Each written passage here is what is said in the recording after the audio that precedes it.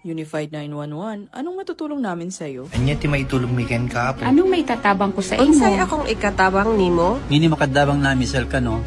Sa anumang wika o dialekto, may tulong na darating sa iyo.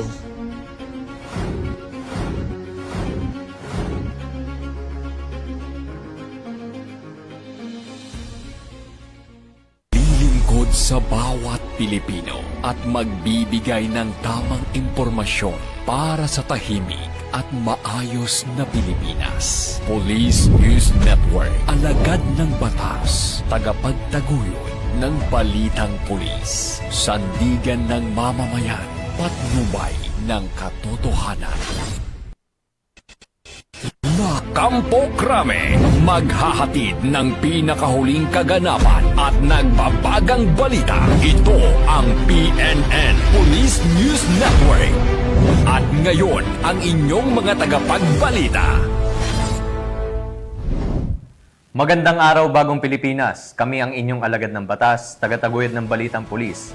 Patrolman Regan Robles mula sa PNP Aviation Security Group at Patrolwoman Janine Cale Sorongon mula sa PNP Highway Patrol Group maghahatid sa inyo ng tamang balita, kwento ng pulis at serbisyo para sa mamamayan. At ito ang PNP News Online. Ang pangunahing balita ng Police News Network, alagad ng batas, tagataguyod ng balitang pulis.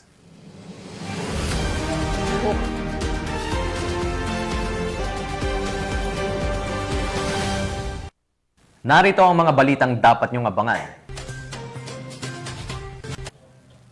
Police Regional Office 7 agad tumugon sa pinsalang dulot ng lindol sa Cebu.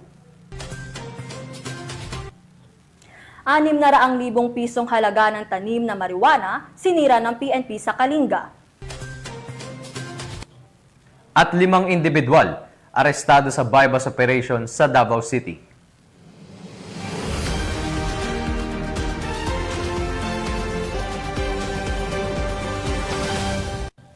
Narito ang mga balitang hatid ng ating PNN correspondents mula sa iba't ibang panig ng bansa.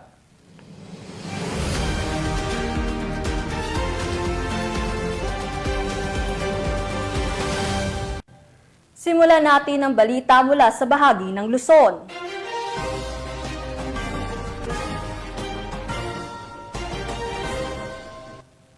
Sa gitna ng kabundukan ng Kalinga, natunton ng mga otoridad ang isang taniman ng marijuana na tinatayang nagkakahalaga ng 600,000 piso. Ngunit bago pa man ito makarating sa merkado ng iligal na droga, agad itong sinira at sinunog ng mga operatiba ng Kalinga PNP. Police Master Sergeant J. Ford Dionisio sa report. Dahil sa kumpay ng kumpanya kontra illegal na droga, nadiskubre ng Kalinga PNP ang 600,000 halaga ng fully grown marijuana plants sa barangay Butbut Proper, Tinglayan, Kalinga. Ito lamang ika-13 ng Setyembre taong kasalukuyan. Ang matagumpay na operasyon ay dahil sa pinagsanib na puwersa sa pangunguna ng Tinglayan Municipal Police Station, katuwang ang 1st and 2nd Kalinga Provincial Mobile Force Company, Provincial Drug Enforcement Unit ng Kalinga Police Provincial Office, Regional Mobile Force Battalion 15 at Philippine Drug Enforcement Kalinga Provincial Unit.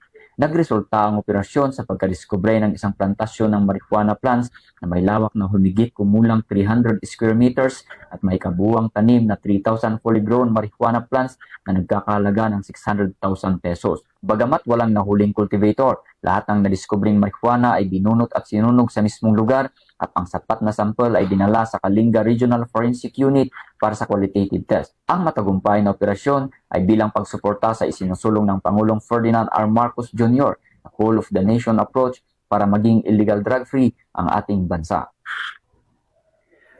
Mula dito sa Police Regional Office Cordillera, home of the most disciplined cops, ako ang inyong PNN correspondent, Police Master Sergeant J. Ford Dionisio, alagad ng batas, tagataguyod ng balitang pulis.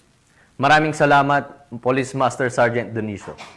Arestado ng mga operatiba ng Limay Police Station ng Bataan Police Provincial Office ang isang high-value individual sa isinagawang bypass operation sa Barangay Duwale, Limay, Bataan. Nakumpiska mula sa suspect ang tinatayang 363,000 pesos na halaga ng hinihinalang shabu. Patrolwoman Lixen Ray Saweran sa report. high-value individual ang naaresto sa ikinasang buy-bust operation ng mga operatiba ng Limay Municipal Police Station sa Barangay Duale, Limay, Bataan. Pinangunahan ng Bataan Police Provincial Office sa ilalim ng pamumuno ni Police Colonel Marites A. Salvadora, Provincial Director ng Bataan Police Provincial Office. Ang matagumpay na operasyon na bahagi ng pinaigting na kampanya laban sa iligal na droga, kung saan nakumpiska ang mahigit 53 gramo ng hinihinalang shabu na nagkakahalaga ng 363,664 pesos. Kasalukuyang nasa kustudiya ng Limay Municipal Police Station ang sospek at ang nakumpiskang ebidensya para sa kaukulang dokumentasyon at disposisyon. Isinasampa na rin ang kasong kriminal laban sa kanya para sa paglabag sa Sections 5 at 11, Article 2 ng RA 9165 o Comprehensive Dangerous Drugs Act of 2002. Binigyang diin ni Police Colonel Salvadora ang babala sa mga sangkot sa pinagbabawal na gamot na huwag nang makipagsapalaran sa naturang iligal na gawain dahil hindi titigil ang Bataan PNP sa pagsugpo ng kriminalidad sa buong lalawigan. Ang matagumpay na operasyon na ito ay patunay ng tuloy-tuloy na determinasyon ng kapulisan ng Gitnang Luzon sa ilalim ng pamumuno ni Police Brigadier General Ponce Rogelio I. Peñones Jr., Regional Director ng Police Regional Office 3, na mapanatili ang kapayapaan at kaayusan sa buong rehiyon. Mula dito sa Gitnang Luzon, ako ang inyong PNN correspondent, Patrolwoman Lixen Reyes A. Saweran, alagad ng batas, tagataguyod ng Balitang Pulis. Maraming salamat, Patrolwoman Saweran, sa report. Nahulog sa kamay ng batas ang isang regional level most wanted person sa kasong rape matapos maaresto sa bisa ng warrant of arrest na inihain ng Tanza PNP sa lalawigan ng Rizal. Nakatutok dyan si Patrolwoman Jessie Cris Obrero. Tagumpay na naaresto ng mga tauhan ng Tanza Municipal Police Station ang isang regional level most wanted person dakong alas 2:15 ng hapon, Oktubre 1, taong kasalukuyan sa bayan ng Tanza. Kinilala ni Police Lieutenant Colonel Joven T. Vahil, officer in charge ng Tanza Municipal Police Station, ang akusado na si alias Jan, residente ng nasabing bayan.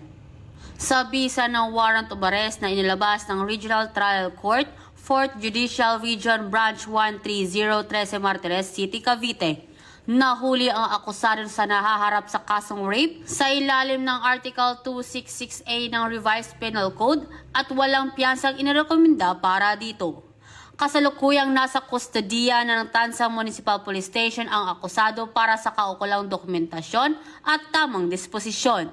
Ang matagumpay na operasyon laban sa mga most wanted person ay malinaw na patunay ng mas pinaigting na kampanya ng ating kapulisan laban sa mga kriminal upang matiyak ang hustisya para sa mga biktima at katahimikan ng mamamayan.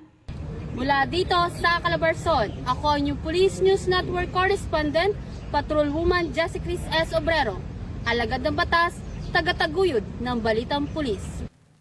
Nagsagawa ng command visit si Police Brigadier General Dindo Reyes, Regional Director ng Police Regional Office 1, sa Ilocos Sur upang mas mapatatag ang koordinasyon sa pagitan ng Police Regional Office 1 at mga lokal na unit ng pulisya para sa mas epektibong pagpapatupad ng batas at pagpapanatili ng kapayapaan at kaayusan sa lalawigan.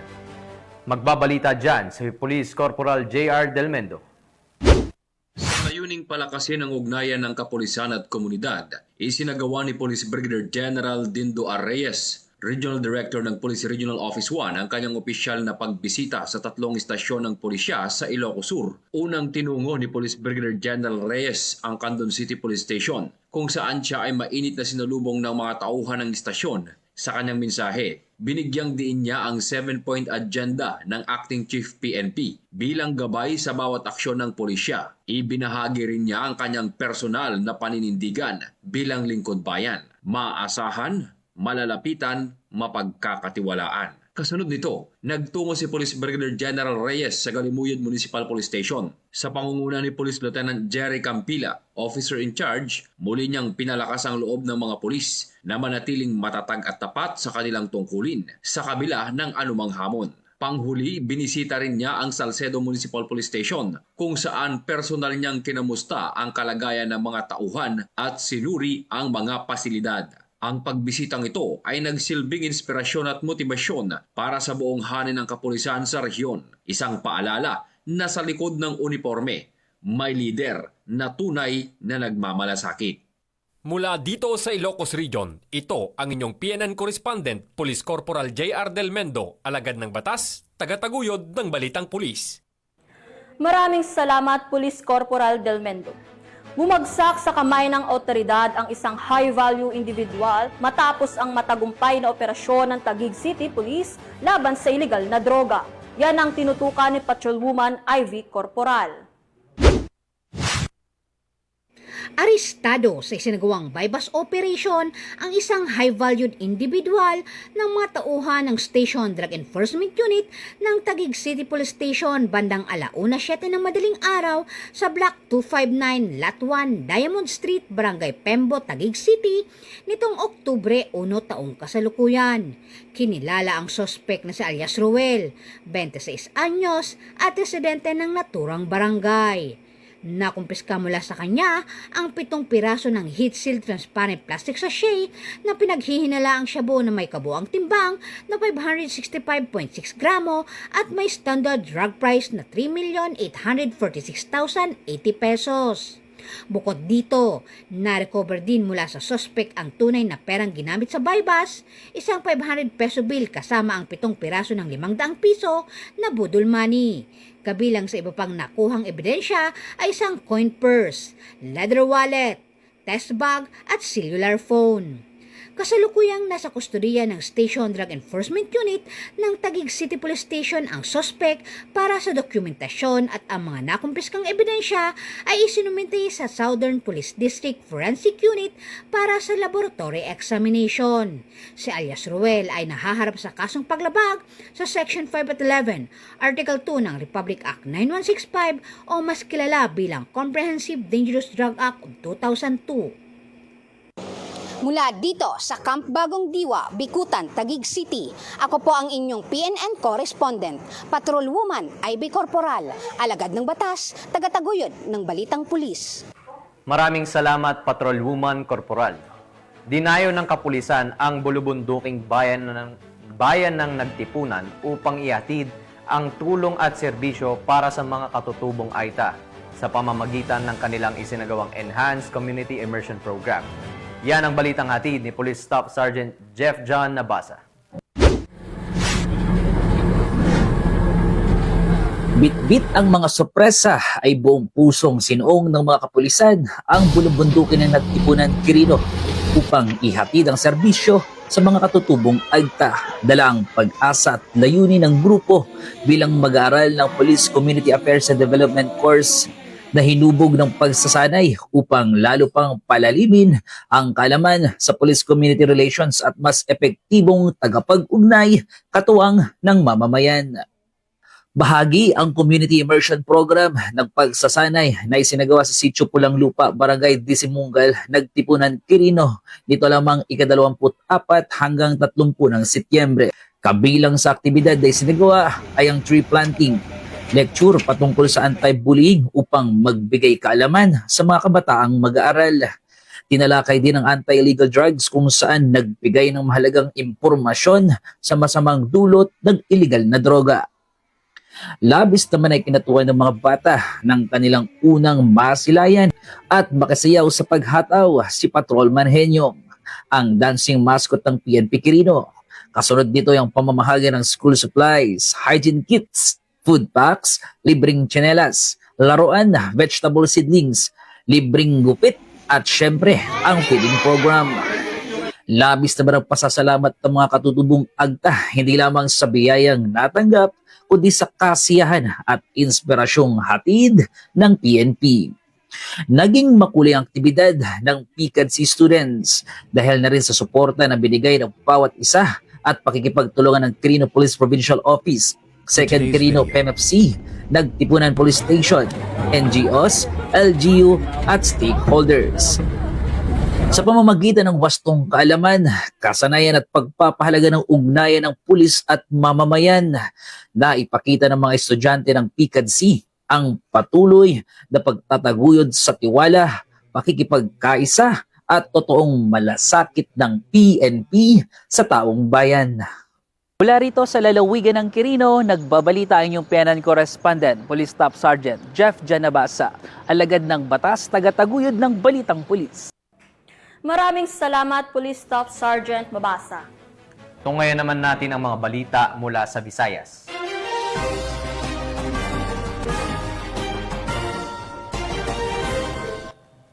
Sa gitna ng pangamba, matapos yanigin ng malakas na lindol ang Cebu, agad na kumilos ang Police Regional Office 7 upang tugunan ang pinsala at tiyakin ang kaligtasan ng mamamayan. Mula sa mabilis na pagmomonitor ng sitwasyon hanggang sa aktwal na pagreresponde sa mga naapektuhan, nagpakita ng kahandaan ng Pro 7 sa pagtupad ng tungkulin. Patrolwoman Flora May Azares para sa report. Magnitude 6.9 na lindol ang tumama sa Bugo City, Cebu at mga kalapit na lungsod bandang alas 9:59 ng gabi noong Setyembre 30 ng taong kasalukuyan na nagdulot ng malawakang pagkasira at pagkasawi. Ayon sa Regional Disaster Risk Reduction and Management Council o RDRRMC Office of Civil Defense. Ang lindol ay nagresulta sa pagkamatay ng ilang residente at pinsala sa ilang bayan at lungsod sa Cebu, kasama na rito ang Bugo City at San Remeo sa mga pinakanasalanta ng lindol. Kinumpirma rin ng mga ulat ng otoridad ang mga nasawi sa Tabuelan, Medellin at Talisay, habang ang daan bantayan ay nagtala ng maraming bilang ng mga nasugatan na kung saan marami ang may minor injuries. Patuloy na pinagsasama-sama ng mga otoridad ang mga ulat habang patuloy pa rin ang pagsubaybay at pag-verify. Naiulat din ang mga pinsala sa infrastruktura, 4 na gusali ang gumuho kabilang ang 3 sa Bugo City at ang sports complex sa San Remeo. Isang simbahan din sa daan bantayan ang naiulat na nasira. Nagkaroon din ng mga isyong istruktura ang mga gusali ng gobyerno, kabilang ang mga bitak sa Tabuelan MPS at CSMC building sa Talisay. Gayon din ang mga naiulat na pinsala sa Daan Bantayan MPS. Tiniyak ni Police Regional Office 7, Regional Director Police Brigadier General Edrico A. Maranan, sa publiko na may mga search and rescue teams nang itinalaga upang tulungan ang mga biktima ng mga apektadong komunidad. Our personnel are on the ground conducting rescue and relief operations. We are closely coordinating with disaster response agencies to ensure timely assessment and assistance to those affected by this devastating earthquake, aniya. Ang kapulisan ng Pro 7 ay patuloy ang paghahatid ng tulong sa lugar ng mga nasalanta upang matugunan ang pangangailangan at malaman ang aktwal na kalagayan ng mga biktima ng lindol. Mula dito sa Cebu Police Provincial Office, ako ay inyong Police News Network Correspondent, Patrolwoman Flora May Azares, alagad ng batas, tagataguyod ng Balitang Pulis. Maraming salamat, Patrolwoman Azares. Hindi lang seguridad kundi malasakit ang dala ng Police Regional Office 8 nang ilunsad nito ang isang community outreach program para sa mga residente ng Barangay Ormocoy, Dagami, Leyte. Patrolwoman Cristel Palafox, ibalita mo. Bahagi ng pinaigting na pakikipag-ugnayan sa komunidad, matagumpay na nilunsad ng Police Regional Office 8 sa ilalim ng pamumuno ni Police Brigadier General Jason L. Capoy, Regional Director ng Pro 8, ang Community Outreach Program at School Visitation sa Benita Bimaray Elementary School sa Barangay Ormocoy, Dagami, Leyte. Ito lamang ika-1 ng Oktubre taong kasalukuyan. Ang aktibidad ay pinangunahan ng mga tauhan ng ARCAD 8 sa pamumuno ni Police Colonel Jennifer R. Sompo, Chief ARCAD Katuwang ang Dagami Municipal Police Station, sa pangunguna ni Officer in Charge Police Captain Fidel M. Triste, Regional Police Community Affairs and Development Unit 8, mga teaching staff ng Benita Bimaray Elementary School at mga opisyales ng Barangay Ormocoy, Dagami, Leyte. Ang layunin po ng outreach program na naganap yung araw na ito ay para sa mga mag-aaral ng Maray Elementary School. Ito po ay GCAP Cares to Serve and Share. Ginagawa po ito ng ating mahal na Regional Director para mapalapit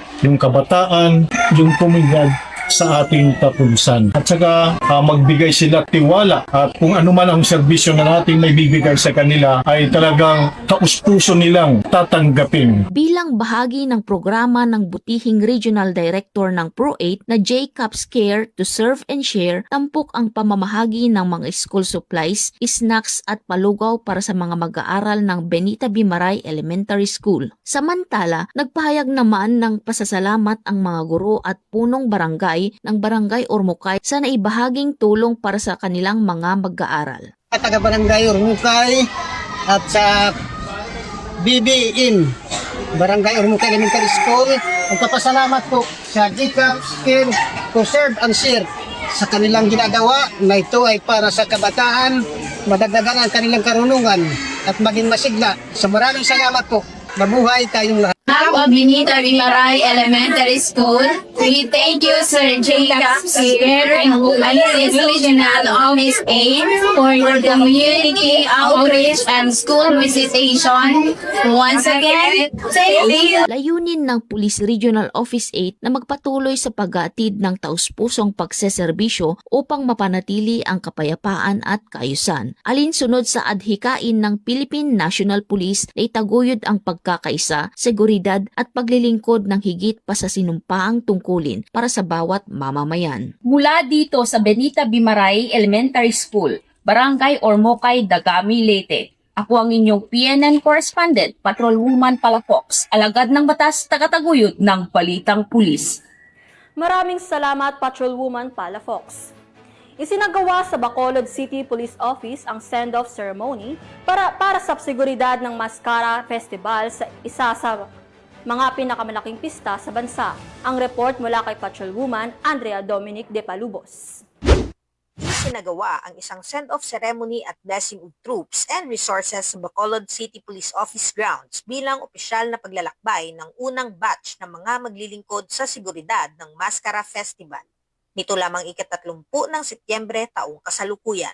Ang aktibidad ay pinangunahan ni Police Colonel Dennis Esguera, Deputy Regional Director for Administration ng Police Regional Office Negros Island Region, na nagpaalala sa mga kapulisan at katuwang na ahensya ng kahalagahan ng dedikasyon at integridad sa pagtupad ng kanilang mga tungkulin. Mahigit 1,900 personnel mula sa iba't ibang sangay gaya ng PNP Pro NIR, RMFB, NOCPO, BFP, Philippine Army, Coast Guard, BGMP, CDRRMO, Bacolod Rescue Group at mga force multipliers ng Bacolod City Police Office ang itinalagang magbantay at magbigay serbisyo mula ika-1 ng Oktubre hanggang ika-19 taong kasalukuyan. Kasama rin sa inihanda ang mga patrol vehicles, motorsiklo, handheld radios, ambulansya, fire trucks at mga kagamitan para sa civil disturbance management na pawang binasbasan bilang paghahanda sa kanilang mahalagang tungkulin ngayong kapistahan. Ayon kay Police Colonel Joris P. Coronica, City Director ng Bacolod City Police Office, ang pagbabantay ngayong maskara ay hindi lamang isang tungkulin kundi isang panata. Panatang tiyakin ang kapayapaan, kaligtasan at kasiyahan ng bawat mamamayan. Maging sa gitna ng masasayang aktibidad at dagsa ng tao, nananatiling nakatutok, alerto at handang rumisponde sa anumang sitwasyon ang Police Regional Office Negros Island Region. Sa pagsalubong ng Bacolod City sa makulay na selebrasyon ng Mascara Festival 2025, katuwang natin ang Philippine National Police sa pagbibigay ng seguridad at kapayapaan para sa lahat. Dahil sa bagong Pilipinas, ang gusto ng pulis, ligtas ka. Mula dito sa Western Visayas, ako ang inyong Police News Network Correspondent, Patrolwoman Andrea Dominic de Palobos, alagad na batas, tagataguyod na Balitang Pulis. Salamat, Patrolwoman de Palobos. Narito naman ang mga balita mula sa bahagi ng Mindanao.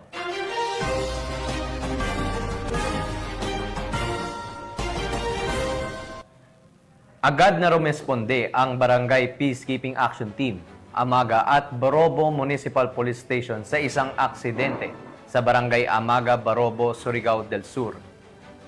Dalawa ang sugatan sa nasabing insidente kung saan agad naman itong nabigyan ng paunang lunas at naihatid sa paggamutan. Narito ang detalye ng report mula kay Patrolwoman Nicole Villanueva.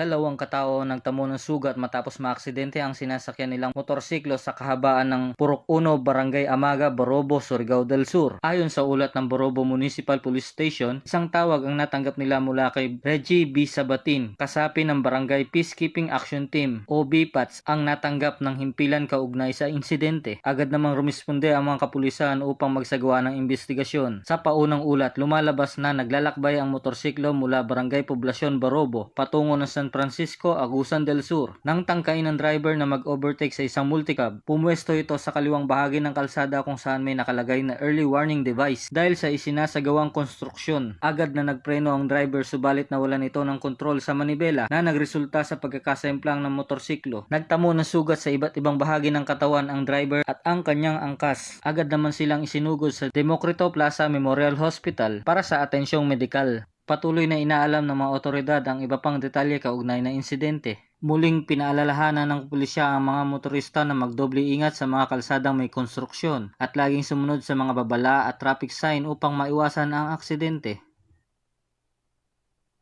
Mula dito sa tahanan ng Caraga Police, ako ang inyong Police List Network Correspondent, Patrolman Nicole Villanueva, alagad ng batas, tagataguyod ng balitang pulis. Maraming salamat, Patrolman Villanueva. Sa tuloy-tuloy na kampanya ng pulisya kontra illegal na droga, huli ngayon ang nakatalang high-value drug suspect sa isinagawang bypass operation ng PNP sa Zamboanga City. Ang balita mula kay Patrolman AJ Cortez.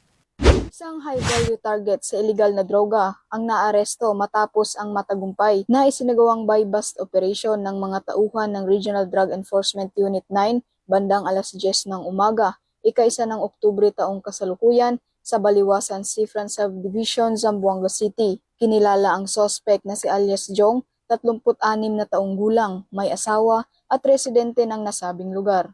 Ang suspect ay kabilang sa high-value individual level 2 list mula pa noong August 30, 2016. Ang operasyon ay pinangunahan ng Regional Drug Enforcement Unit 9, katuwang ang mga operatiba ng Naval Intelligence and Security Group, Western Mindanao. Sa isinagawang operasyon, nasamsam mula sa suspect ang isang heat-sealed transparent plastic sachet na naglalaman ng hinihinalang shabu, tinatayang 50 grams na may halagang 340,000 pesos batay sa standard valuation ng Dangerous Drugs Board. Isang dilaw na plastic bag na ginamit bilang lalagyan, isang pirasong 1,000 peso genuine mark money bill, 49 na pirasong pekeng 1,000 pesos bill na may parehong serial number UV287099 at isang unit ng motorsiklo na kulay itim na walang plaka. Ayon sa mga otoridad, ang nakumpiskang droga ay agad na dinala sa Regional Forensic Unit 9 upang isailalim sa quantitative at qualitative examination habang ang suspect ay kasalukuyang nasa kustodiya ng Zamboanga City Police Office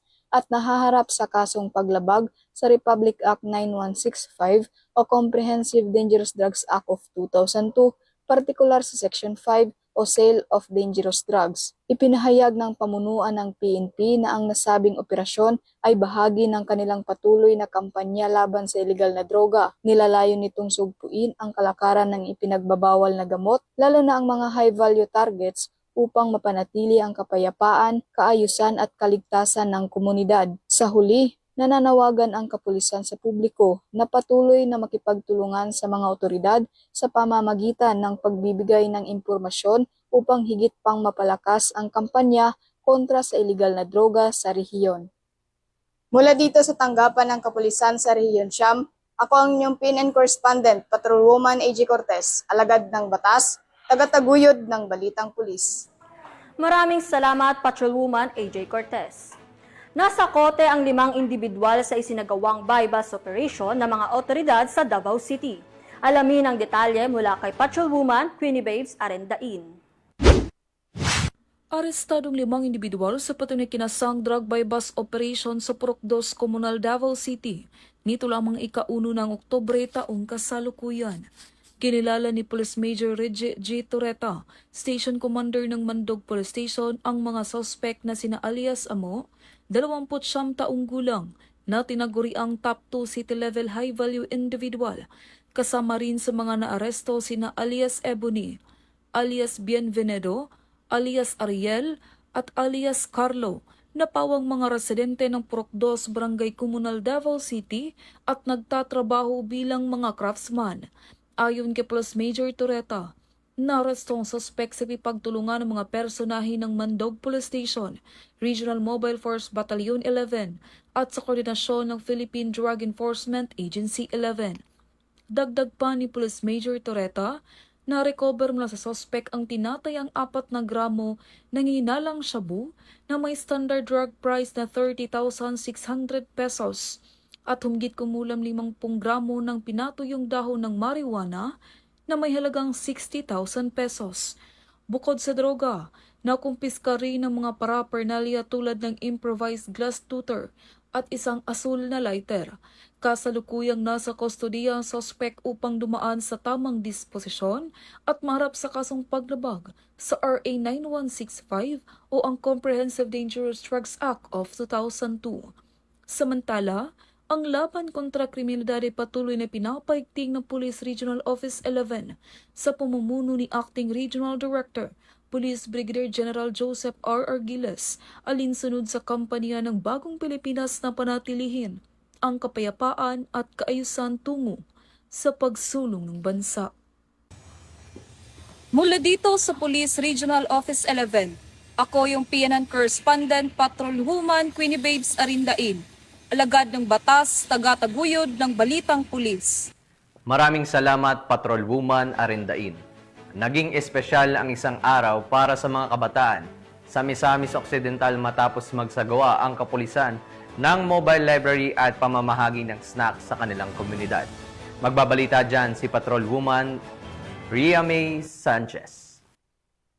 1002nd Maneuver Company Regional Mobile Force Battalion 10 ang isang makabuluhang aktibidad ng mobile library at distribution of snacks sa Kasul Elementary School sa Pangdalaga, Misamis Occidental nitong Oktubre 1 taong kasalukuyan. Ang nasabing aktibidad ay pinunganahan ni Police Corporal Jomal Villariguez, Assistant PNCO, sa ilalim ng pamumuno ni Police Major Alvin Tamayo, Company Commander. Aktibo namang nakinig ang mga estudyante sa kwento tungkol sa katapatan, respeto, kabaitan at disiplina bilang karagdagang suporta sa mga mag-aaral na mahagi rin ang mga kapulisan ng mga merienda na labis namang ikinasaya ng mga bata. Ang ganitong aktibidad ay nagpapakita ng matibay na pangako ng pambansang pulisya na magsilbing katuwang sa paghubog ng mas mabubuting mamamayan at mas maunlad na kinabukasan para sa kabataan. Mula dito sa Northern Mindanao, ako ang inyong Police News Network Correspondent, Patrolwoman Rayami Sanchez, alagad ng batas, tagataguyod ng balitang pulis. Maraming salamat, Patrolwoman Sanchez.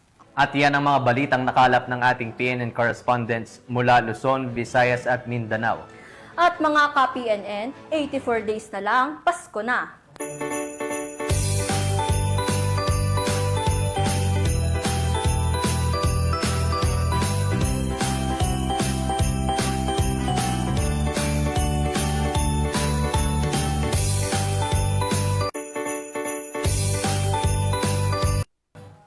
Sa ngalan ng pamunuan ng Philippine National Police, sa pangunguna ni Acting Chief PNP, Police Lieutenant General Jose Melencio Nartates Jr.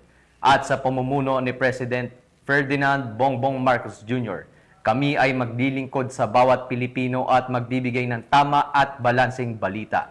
Mula rito sa tanggapan ng tagapag-ugnay ng Pambansang Pulisya, kami ang inyong alagad ng batas, tagataguyod ng Balitang Pulis, Patrolwoman Janine Cale Sorongon mula sa PNP Highway Patrol Group. At Patrolman Regan Robles mula sa PNP Aviation Security Group maghahatid ng tamang balita, kwento ng pulis at serbisyo para sa mamamayan. At ito ang PNP News Online. Ang pangunahing balita ng Police News Network.